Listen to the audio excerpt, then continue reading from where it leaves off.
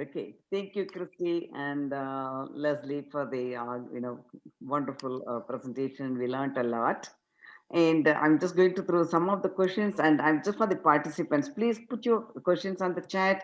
We will try to answer as much as we can because we want to wrap it up at 12 o'clock. Like people in Philippines, they're past midnight, so we want to be thoughtful of their time. So, but don't worry, all your questions will be answered because we will be emailing the questions to Christy and Leissle. And if we didn't answer it live today, we will get it the answers and then we'll put it in the blog post on our website. And we also will try to see if we can send it with the video recording. So you will have the access to the answers. So the first question they're asking is, what is the season in Ghana for the cocoa beans? It's like a year around or only 6 months? Leissle, do you want to take that, or I'm happy to? Yeah, absolutely. So it is. So there's a main season which is between May to like June on there, which is just after the raining season comes in, and then we have the lean season, which is in May, and then the main season is from October onwards until January. But sometimes when the weather, like this year, for instance, we have dry season, but it might go on until February before it's all finished off the trees. The official season open is September, October. I think it's usually like October 1st or something for the main crop. So that's when the price is announced and stuff like that. And then, like Leissle say, we see the largest volumes towards the end of the year, October, November, December. But it depends, like Leissle was saying, on the rain, right? And it might shift. Right now is probably one of the only times when there's really nothing on the trees. Like we're in between crops right now, really. The harvest is done for the main crop, but light crop or mid-season crop is yet to arrive. So right now we're in like a little bit of no cocoa. Yeah, and then you were talking about how the West Africa tried to get the income differential price, like $400 more for the ton. But then recently there was an article going on saying chocolate war leaves the world's cocoa producers stuck with the beans. They want to know, did you read that article and what is your question on that? Was that referring to the stuff happening in Ivory Coast, I think, that they couldn't sell their beans on? Yes. Yeah, I mean, I did read it, and I did, we were very fortunate in Ghana, I think, during COVID to have very few disruptions to the supply chain. And so the cocoa was sort of moved quite regularly and normally here. I think Ivory Coast has just a lot more volume, than Ghana, and I think double the size probably, and demand, as we saw in that price chart, I think demand, if it hasn't actually fallen, certainly the processors and the large companies may have behaved as if it was falling. And I think that there have been challenges in Ivory Coast to move beans through. How extensive those challenges have been, I wouldn't feel comfortable saying, because it's one article in the newspaper, or even a few articles, doesn't necessarily give us the full picture. And while I don't doubt that there have been backups there and that farmers haven't been able to sell their beans in Ivory Coast, I would hesitate to say how wide scale of a problem that is. And the truth is, we may not even really know until like a year from now, once the statistics always lag, right? Always, even 2 years sometimes before ICCO will finalize their seasonal volume. So for trade, for supply, for everything. So yeah, definitely, yes, it seems to be an issue. How widespread it is, I'm not sure. Okay. And then why is the living income not applicable to cocoa farmers in Nigeria? Oh, that's a great question. Yeah, because it was an agreement. It was Ghana and Ivory Coast together that imposed the living income differential. And so the two governments, and the two marketing boards, Cocoa Board in Ghana and CCC, Conseil du Café Cacao in Ivory Coast, these are the very big and powerful marketing companies, especially Cocoa Board, that had the volumes behind them and like the kind of political wherewithal to do it. There was interest in Nigeria and Cameroon, so I heard, to also join, but the original agreement did not include those two countries, whether that's because their marketing boards weren't considered powerful enough. Whether it was because the conversations just didn't happen, I don't know. But certainly, I think there is the potential for other countries to join. Okay. Certainly. So somebody's asking, what is the proper term? Do you call it cocoa bean or cacao bean? Or?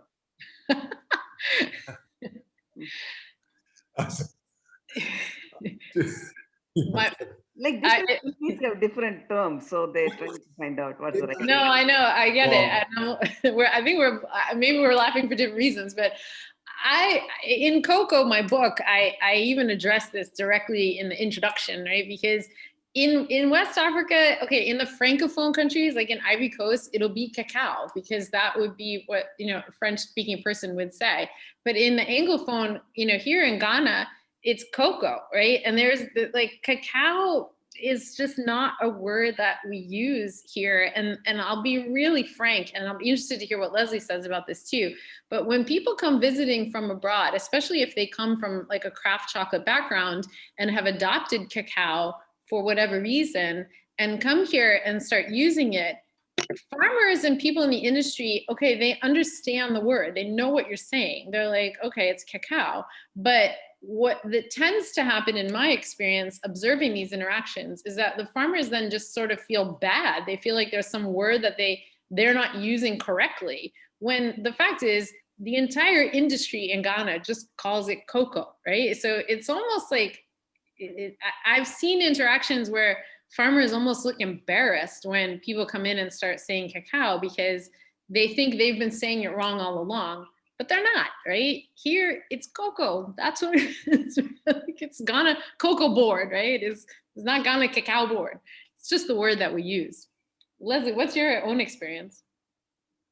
Well, it was cocoa for many, many years. And I think like cacao is used like something like a new term for actual cocoa. But people have different variation, and once it's sort of cracked or roasted, then they're saying it's cacao because it's a changed form. But really it is cocoa, and it's cocoa in which we sort of stick to in here. In the UK is the same as well. So cacao may be used just more as a nicer word, or just, I don't know, something different that people are trying to have on about it is cocoa. Is cocoa, I don't know. Cacao, once it's roasted, fair enough, and cracked into teas or the cacao leaves, fine, but it's cocoa at the end of the day. It is that.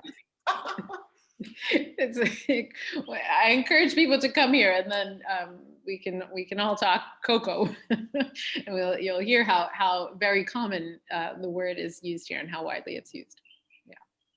Yeah, the other one is they're asking, how do you interpret the increasing push by big traders and other investors to develop plantations in other countries like Liberia, Sierra Leone? New Frontier are escaping responsibilities to change practices in the core producing areas. That's a great question.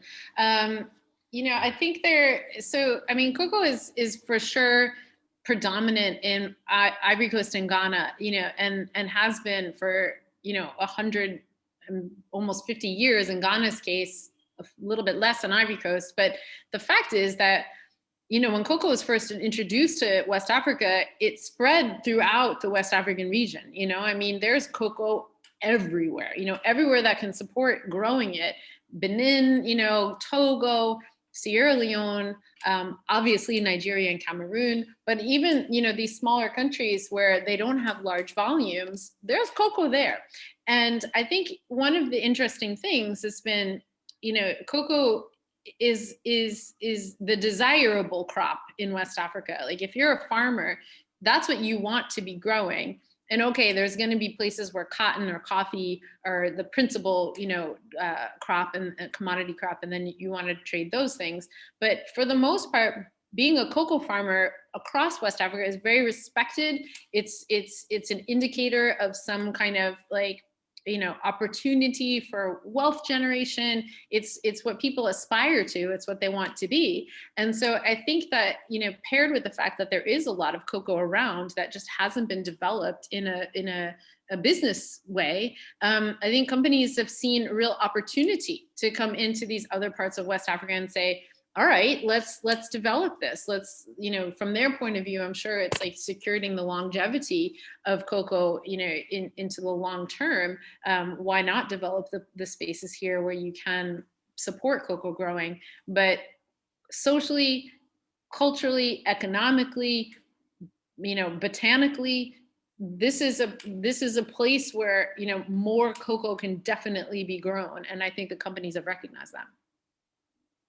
I mean, just wanted to add to that, Chris, is that the difficulty in growing this crop and getting, and from seedlings to actually a crop, how hard it is, and the labor intensive that goes into it actually stops farmers starting out, because it takes 2 years for that to be ready, whereby there's other crops that they can grow very, very quickly to earn revenue from, shifts people away from it. And actually, there are some situations whereby farmers and landowners are cutting down the cocoa tree to grow other crops instead. So it's a difficult tree to manage really, really well and get that crop growing on there. And so that is sometimes the reason why people stay away from it and start it off from fresh.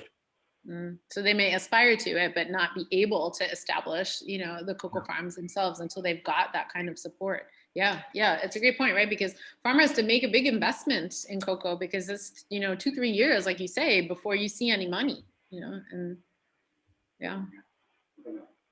Leissle, this is Balu. I have a question. You talked about all the innovation happening because of the tax rate and all. Now, one way to make it really big is showing people that are market. So how do you what innovation is happening with showing the new entrepreneurs? This is how the market is, so that you get what I say that. Sorry, but we're struggling to hear you. We can hear your voice, but not the words. Struggling to hear me. Slightly, a tiny bit better. I'm gonna listen close.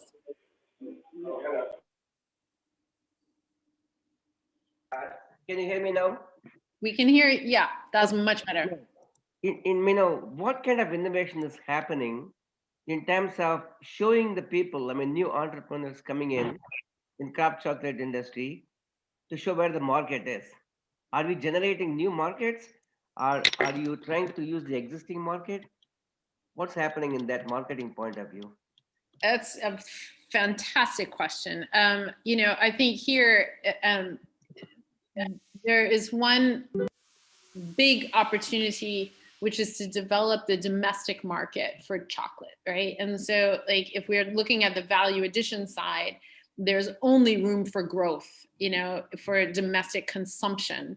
And I don't know what the ceiling is on that. You know, I don't know what the upper limit will be. I'm not sure that it's a very big market, you know, if we're comparing to other markets, but for sure, the opportunities are there for domestic consumption. And I think the people doing value addition are really aware of that and target that, you know, probably almost exclusively in most cases.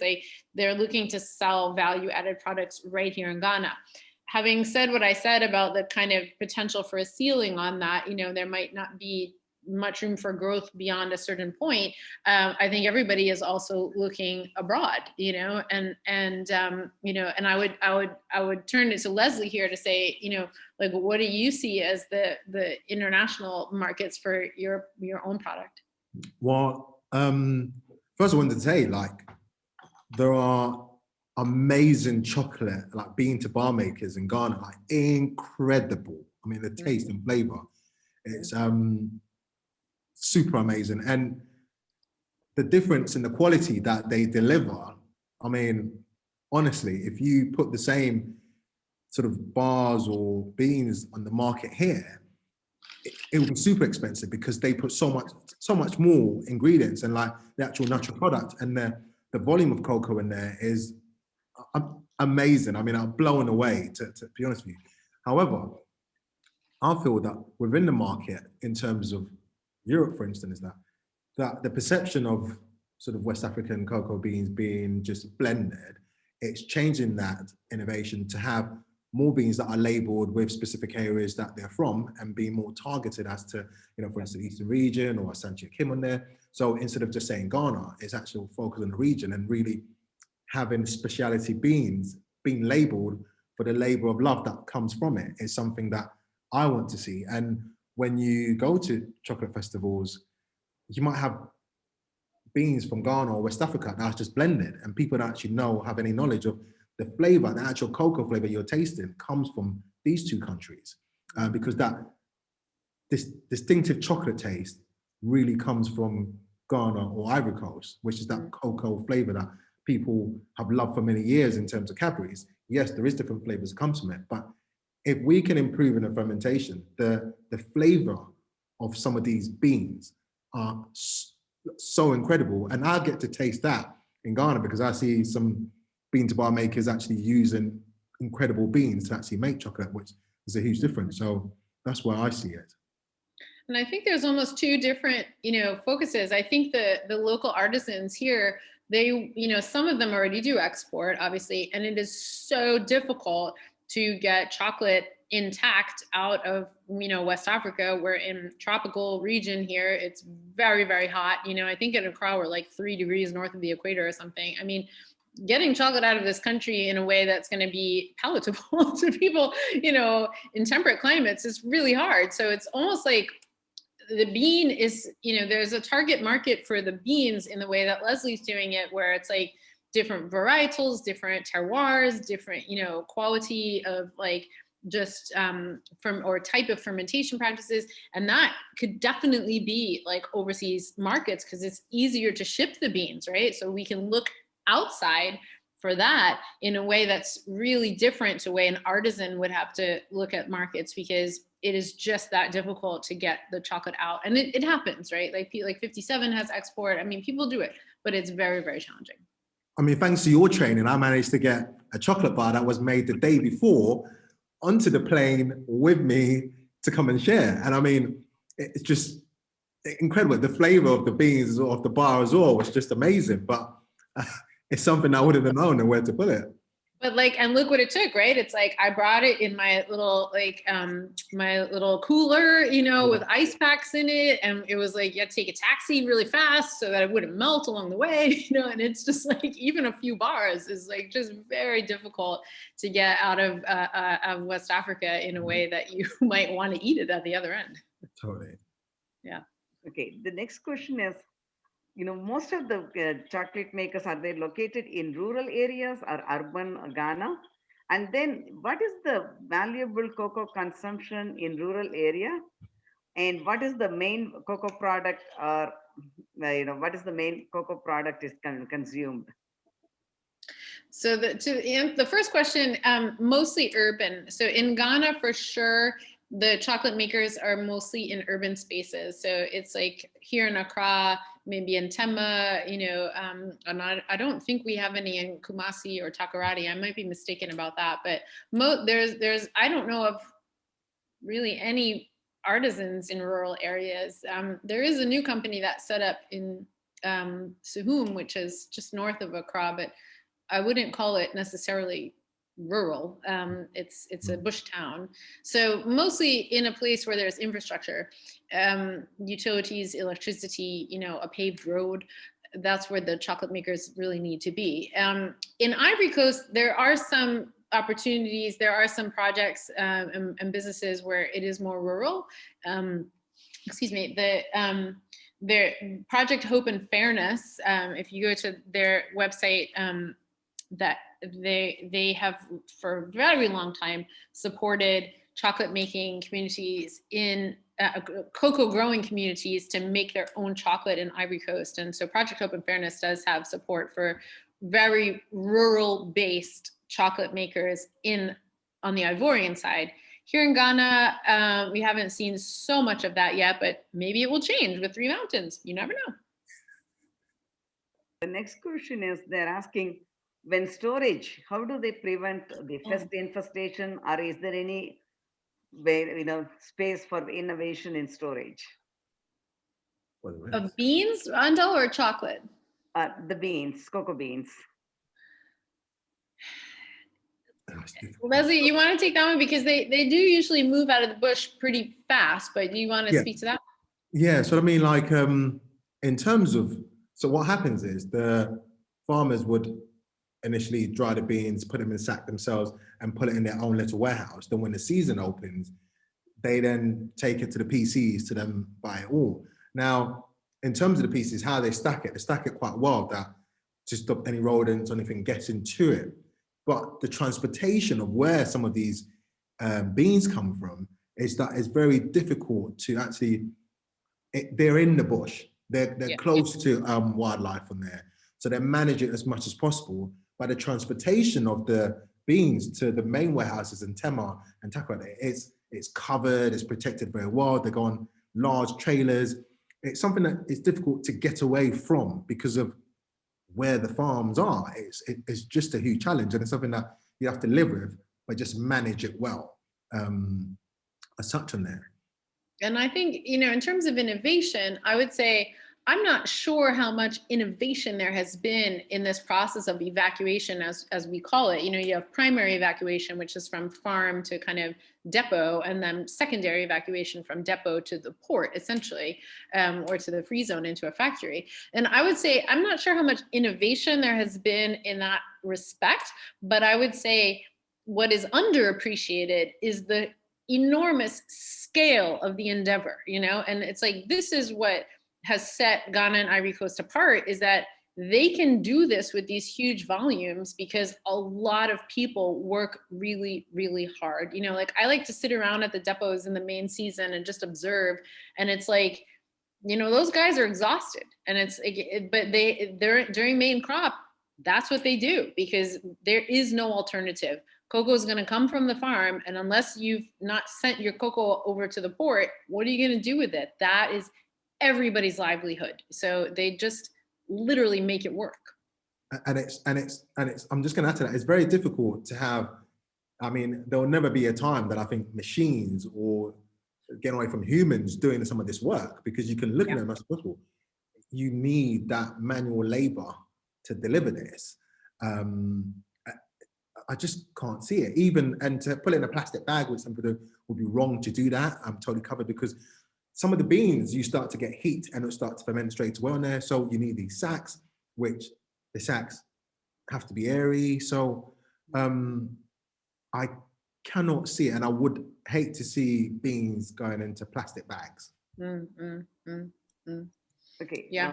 The next question is, do farmers benefit from the bean to bar movement in Ghana? Do they get the added benefit of getting more money from the chocolate makers, or is the beans prices fixed by the government? So, I mean, that's an excellent question, and I'm going to answer it in a kind of guarded way, because it's not sanctioned, to pay farmers more, unless it's through a certification program. I would say that the artisans here all have their own methods for sourcing, and of necessity have to protect those methods, because it's like I said, not all of this process is necessarily sanctioned. And so what I would say is this, like, I know every artisan chocolate maker in Ghana and like work with all of them, more or less closely. And there is not one of them who is not committed, to elevating the situation of the farmers in whatever ways they possibly can. Every single person here, like, okay, how do I put it? Like, we're in the heart of cocoa growing country in the whole world. Like, even if you don't farm cocoa, you understand it. You understand the challenges, in this profound way, because even if we don't all live on a farm, everybody here has a proximity to somehow the suffering of farmers. And every artisan is committed to, making the kind of investment that they can make into whoever they get their beans from and however they do it, right? And they have all different ways of doing it. And I would say it's an area kind of rich in innovation, because no one goes through a certification program here. They don't have to. There's no real need to pay money to get certified.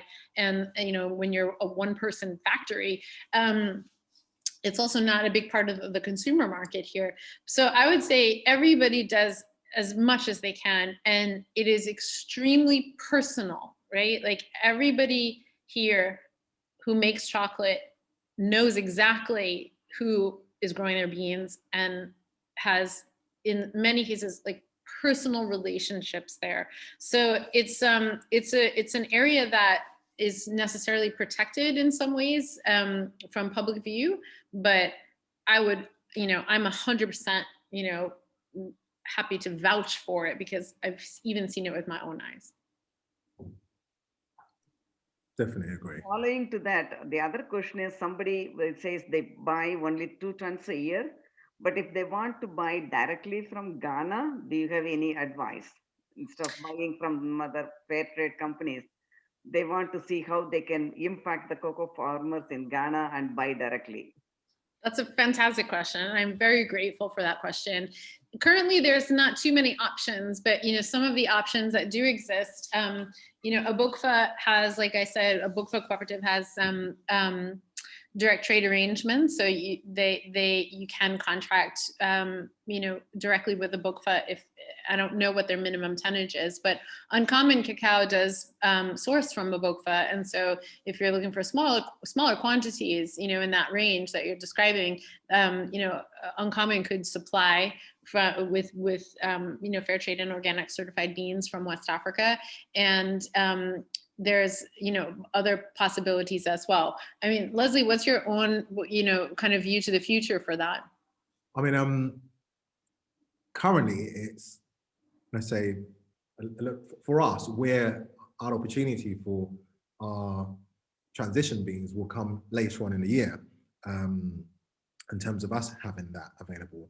But in terms of buying direct from cocoa board is something that you cannot do, but there are ways in which you can source cocoa beans direct through a different channel with having the right contacts as such on the ground to do that.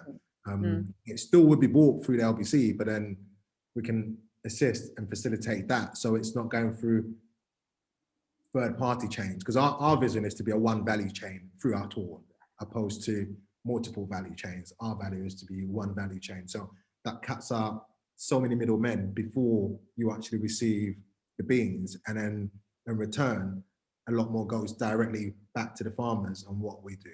So we're trying to help businesses of that nature with what we're delivering going forward on there. And it takes time to get those movement going in a way, and we're lucky enough to be able to have the roadmap to facilitate that in due course. Is next main crop a good estimate, at this point in time when people might be able to get transition beans from Three Mountains? Well, that's going to be the October is what we're going to be focusing. It's the main crop, which will definitely be there.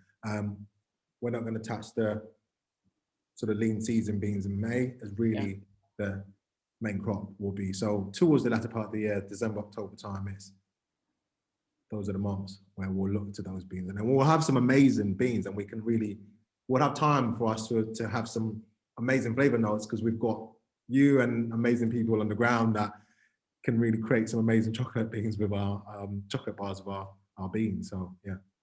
So hopefully before the end of 2021, we'll be able to and that actually reminds me, do you have any what's a good way for people to get in touch with you? Do you have social media, or how can people follow this process? So currently I use a lot of my own personal social media, which a lot of the videos go through there. But we're in a process of sort of delivering our own social media for Three Mountains on its own. We have a collage of data from the whole year that we put together. So for now, if they want to tag onto my personal, and then they can then see what we do, then we can then sort of, once our Instagrams and the rest is up, they can then see our social media through there. Will be the best way to connect. And I mean, obviously, I will certainly promote it through Dr. Choc and CIG, which is Cocoapreneurship or Cocopreneurs on Twitter and Instagram. All of those channels will be promoting Three Mountains when it comes. Totally, and we've got our emails as well, which we can share our emails. I can share my personal email with everyone to try to have afterwards. Absolutely. Yeah, we will be glad to share both of your contact information to all the participants because they want to contact you. And there is one more question. Somebody is asking, for small craft chocolate makers in Ghana, are they happy with the local sales or are they interested in export to other markets? Do you have any thoughts on it? Is that for chocolate makers? Yes, chocolate makers, the 𝗵𝗶𝗀𝗀. Yeah, I mean, like I said, I think a lot of people are focused on domestic market because of the supply chain challenges, because of the cold chain difficulties, because volume difficulties. Like it's not cost effective to ship like artisanal amounts of cocoa, the chocolate rather, outside of Ghana. But I would say that some people do, some people have already done it quite successfully. And I think 57 Chocolate has done a beautiful job. They are able to export and they've got certain outlets. If you go to their website, 57chocolate.com, you'll see their availability in the US, in certain European markets, possibly even the UK. And I think, so I think everyone is kind of looking to the export market. I think most of the artisans I know would be very happy to pursue that. But because of the challenges involved, I think, again, most people are pretty focused on their domestic opportunities, and there is plenty of room, for growth there. So I think it's a mix. Okay, the last question, I think there are a lot more questions, but because we have already. Yeah, sure. Yeah. One last question, because this one is important because unfortunately, a lot of places, they think West African beans means child labor.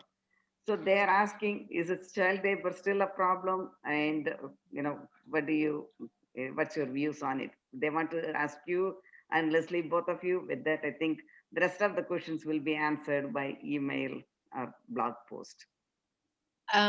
Absolutely. That's a great question. And thank you to whoever asked that question. I mean, a lot of my own recent work has been addressing that exact issue. I would answer it like this, like there is a tremendous stereotype about West Africa in general, right? And I think a lot of our views on child labor, that circulate in this industry are in some ways attached to that stereotype. I'm not a cocoa farmer. I am not doing this labor. So, what I can say is that I have, met with and interviewed and spent a lot of time with and observed and, spoken with like literally hundreds of farmers across West Africa for the past, 18 years or something. Farmers have spoken to me with a great deal of frustration that is, that they're perceived as people who have, who are sort of abusing children in the process of growing cocoa and selling it. And so, all I can really do, I think my position as a researcher and a writer in this industry is to sort of be a conduit for their voices and say that, I can't offer you counts of children because, even though there's figures out there that circulate pretty widely, the truth is that that's a really hard thing to measure, and the work I've written, the stuff I've written, for example, in the Nestle Cocoa Plan report that came out a couple of years ago, in some of the posts I've written for World Cocoa Foundation in recent months, I think even counting who is a child laborer is incredibly difficult, and it's shifting terrain. It's not like there's a group of kids out there who you can point to and say, these are definitely child laborers and these are definitely not. So I think, it's such an incredibly complex issue that I'm not even really sure we know how to measure child labor yet. And I would say that the idea is that every child in West Africa is a child laborer rings pretty false with farmers that I have met and talked to, and that they do express to me a tremendous frustration for being perceived as relying primarily on child labor to grow their crop. I'm not saying that children aren't in difficult situations in rural areas. It is unquestionable that they are, right? Like that is a fact. How do we measure it? How do we judge? I think is a different kind of conversation, and it's one that farmers themselves have really not been a part of that conversation, and I think really ought to be. I mean, Christy, if I can add from that, from in terms of Ghana and the area that I've been working in for the past year or so, there are obviously free schoolings around for the kids to actually attend. If you see the farming of cocoa and the work that it actually is involved in terms of labor, for me, what I mean, children can really do on the farm is very limited, and it actually gets in the way of when you're trying to manage a farm. I mean, even from harvesting the cocoa and collecting, maybe the collecting, they might try to help to go and collect the pods and bring the pods down, which would be like after school or whatever on there. But I'll find it far-fetched in the villages that we're in any of the chiefs or the family, that the kids are not going to school and actually coming to do farm work instead, even in the main season, when it's main harvest, when it's really busy. And most of the farmers actually farm in order for them to pay for their schools to go through, for their children to go through into high education in schools, which is important to them. And that's the one thing that they say on a daily basis when you go and see them, is that they're farming for their kids to actually attend higher education in terms of school. So, I mean, yes, you may see it in some areas, but certainly in the area that we're in and the farming communities that I've worked in, I have never seen a child going in to go and work for a day. No way. And even when we've had, you know, at one stage, we had about 50 different farmers on our land farming for the time. And not a single child comes in to come and help at all. And so some of the pictures, I think, are not a true fact of what happens on a daily basis on there. It may be a day that, you know, the child hasn't gone to school because they're unwell or not feeling too well, and they've gone to the farm with their parents on there. And we walked around on the farm, and you see kids that may follow a trail of people, but they're not actually working. They're not doing any work. They're there with their parents on it. Even to the point of, you would never see a mother carrying a baby behind them in the area that I'm in to go and do farm work for the day of just harvesting. You won't see it. They just won't allow it. So it depends on where you are or what country in it. But certainly in Ghana, where I've been, I have not seen it. And it's something that I've heard the stories for many, many years, but the reality is sometimes very, very different. So it's just maybe in other countries, but I'm certainly not seeing it as much in Ghana. And if you're seeing it in Ghana, I would say is, if kids are helping the parents to bag beans after school and they're there in terms of helping, there are lots of farming communities around the world that kids come and help to understand how farming is. And that's where that is on there, but not actually working as laborers, no way. And I would say there's images that we've all seen at this point and that circulate, and they're really scary. And I will never deny that bad things have happened to children here. You know, like it's you know, if this is if that's their experience that they've had, you know, if this is what children say, I believe them. You know, I believe that some children have been trafficked. I believe that some children have been hurt. I'm not denying their experience or the stories about them.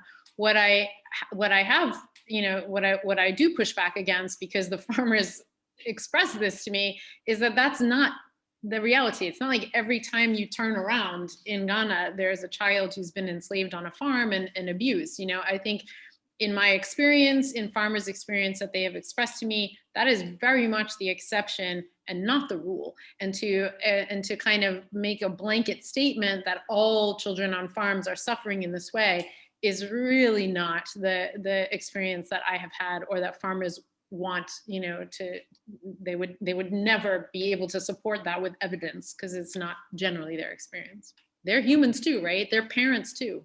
Totally. And I mean, I'd add to that on our farm, because of the size of our farm, some of the farmers actually live. They, you know, all their kids were born on the farm, so that they're literally the farm is where they live. And so seeing kids walking around and playing within the farm and learning what their parents do whilst they're living on the farm is where they live, within that forestry area. A picture could create 1,000 words that you'd be looking to say, wow, what is going on here? And you might look at it being different. And we've had that whereby when we received our and 20,000 seedlings on there. It was just so much, and it was pouring rain, and the kids were around, just excitement. If you look at the pictures and it's posted, you might think, oh, there are kids here helping and farming. No, just the excitement of you being there. The kids are around you with what you're trying to do for that day. So, yeah. 100%. But thank you for that question, whoever asked it. It's incredibly important because it does define so much of our conversation in this industry. And I always welcome the opportunity to share, experiences from West Africa, from first-hand observations and conversations and experiences. So it's a great question. Thank you. Okay, thank you all. And somebody asked how to get the machines from CocoaTown. I just encourage them to email us. We ship anywhere in the world, and we can educate you how to import it. If you have any questions, we are here to help. And then I thank you. I thank Teresa and Raghavendra, who were behind the scenes to make this successful, and also Dr. Balu and family, employees, all the participants. Some of them are awake past midnight. Thank you all for your time. And the next webinar we have is from 𝗪𝗀𝗀𝗀 Chocolate of Thailand. They are going to talk about how the one person had changed the landscape of Thailand. They started growing cocoa trees there, and then how they are successful in different parts of cocoa is more than chocolate, because they also make some dyes from the cocoa husk. So that will be interesting again. So Amazing. thank you all, and look forward to our future webinars. And thank you all for your support. Good night. Thank you so much, everyone. Really appreciate this. Thank you. Teresa, do you want to add anything? No. Just thank you, Christy and Leissle, for giving all of your knowledge and sharing your time and your wisdom with everyone. And to the attendees, I'm so impressed with the depth of the questions. We look forward to getting those answered and getting them out to you. There are so many questions, we couldn't get to them all. And also the important thing, please send us your feedback. That's very important. That's what shows us how we did, how we can improve our future presentations. So please take a couple of minutes to write a review or send your comments on this webinar. We all appreciate, and thank you, Christy and Leissle, again for your time, and everybody.